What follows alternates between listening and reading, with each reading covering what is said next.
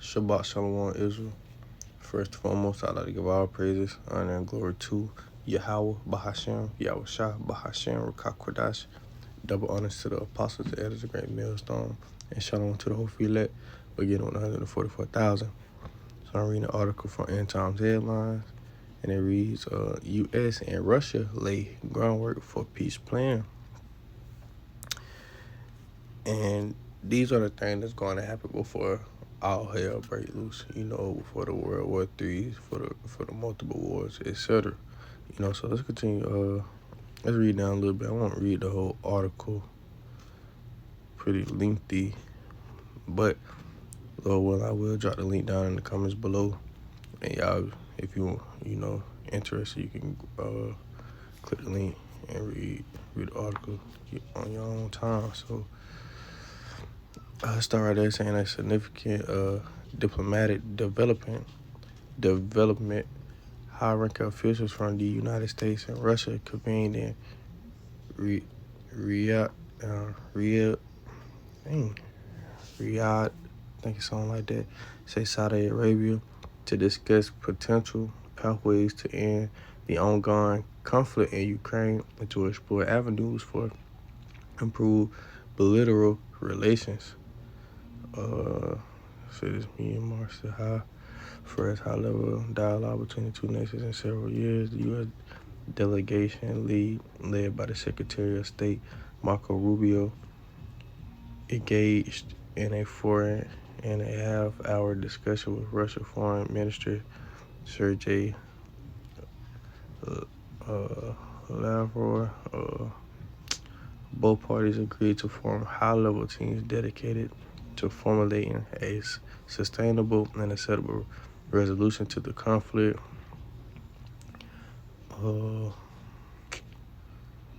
They committed to addressing existing irritants in U.S.-Russia relations, aiming to normalize diplomatic interactions and restore embassy staffing levels.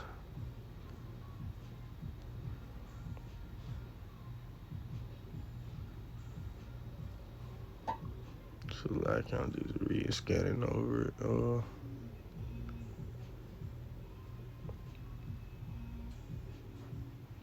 Just scanning over it, man. But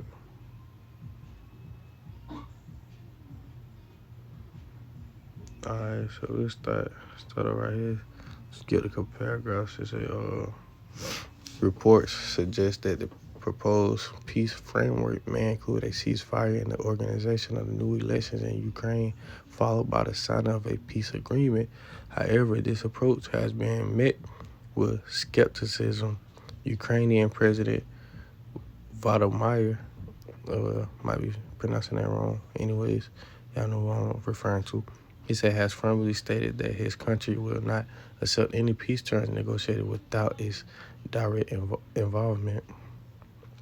Furthermore, Russia has made it clear that it will not tolerate the presence of NATO troops in Ukraine as part of any agreement, underscoring the complex security concerns at play. The inclusion of European nations from the talks have prompted varied reactions. It's a French President Emmanuel Macron has called for inclusive negotiations, emphasizing that any lasting peace must involve all affected parties. So basically, y'all get the point, man. Basically, they're trying to come to an agreement, on this peace deal, this peace plan, with Ukraine, Russia, and also the allies that's, included, and this goes into the scriptures. Before I get sick of this, I'm going to get 1 Thessalonians 5 and verse 3, and it reads, for when they shall say peace and safety, then sudden destruction coming upon them as travail upon a woman with child, and they shall not escape. So, and it's crazy how they've been trying to, end these wars, trying to push peace. You understand? They just pushed a little peace plan in Israel, between the Israel and Hamas war. They returned all the hostages. et cetera, and et cetera. And now they're doing the same thing with Ukraine and Russia, and the allies that's included. So like it say, for they shall say peace and safety. That's what they're trying to say. Peace and safety. There's no more wars. Everything cool, et cetera, et cetera. Then sudden destruction coming upon them. So then all hell go break loose. World War III, all those things. He said, as travail upon a woman with child, and they shall not escape. So let's go to second Ezra, quick precept.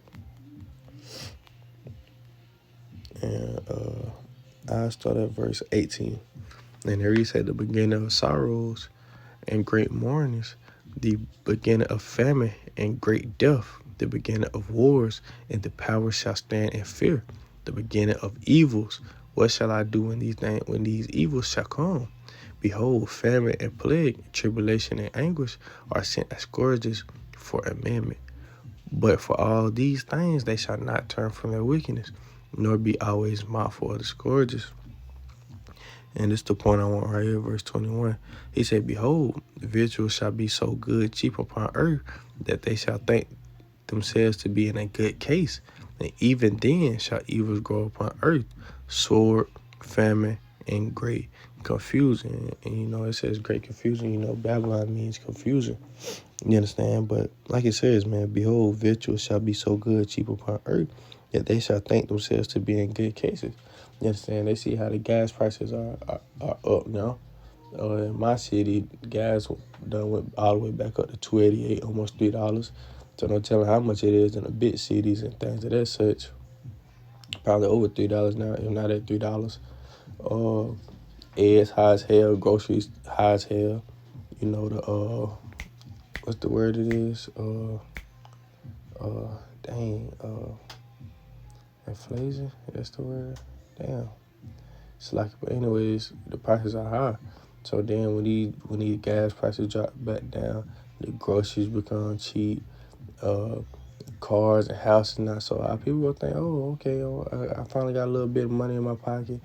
Got the groceries, everything filled up, got the refrigerator filled up, groceries back cheap. They don't think to themselves being a good case. You understand? But what it says, and even then shall evils grow upon earth. Sword with sword.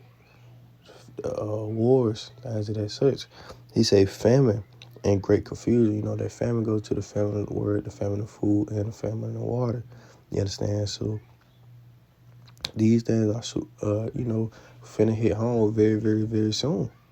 You understand? But just going back up to 18, 19, and 20, just talking to the beginning of sorrows, the great mournings, the beginning of the famines, great deaths, wars, people being in fear, the evils growing, but verse 20, like I said, it said, but for all these things, they shall not turn from their wickedness. So even when all these things going on, man, people, even though they might seem like it's the end time, well, they may know at this point, we're living at the end. War is going on in Syria, they're still not going to repent. They still not going to turn from their wickedness. And the Lord still going to destroy them. Like you say, I'm jumping down to verse 22. It say, for many of them that dwell upon earth shall perish of a famine, and the other that escape the hunger shall the sword destroy. Shall the sword destroy? You understand? So the ones that there's gonna be a lot of deaths, due to famines of food, famines of water. You understand? And for the ones that escape that, then the sword go destroy them. You understand? They're gonna be destroyed by the nuclear heat, the nuclear radiation, gunfire, troops. However the Lord plays it out for them. So definitely got to keep these things in mind, man, because they trying to so-called push this peace and safety and things of that sort, really just to calm the people's nerve, the citizens, things of that such.